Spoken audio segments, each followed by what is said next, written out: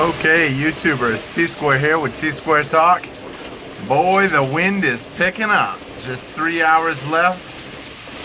The branches are a-swaying. I see my basketball hoop blew over.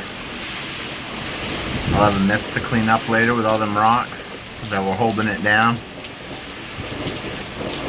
But we'll see what happens, how the day plays out. We still got about 2 hours before the eye hits us, and kind of curious to see how it goes. I mean, right now it's just some heavy wind and rain, but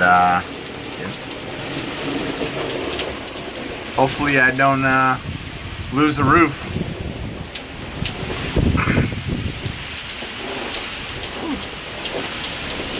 He is blowing.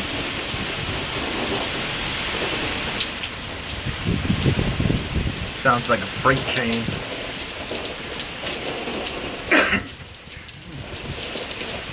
But okay guys, I'll see you guys again later.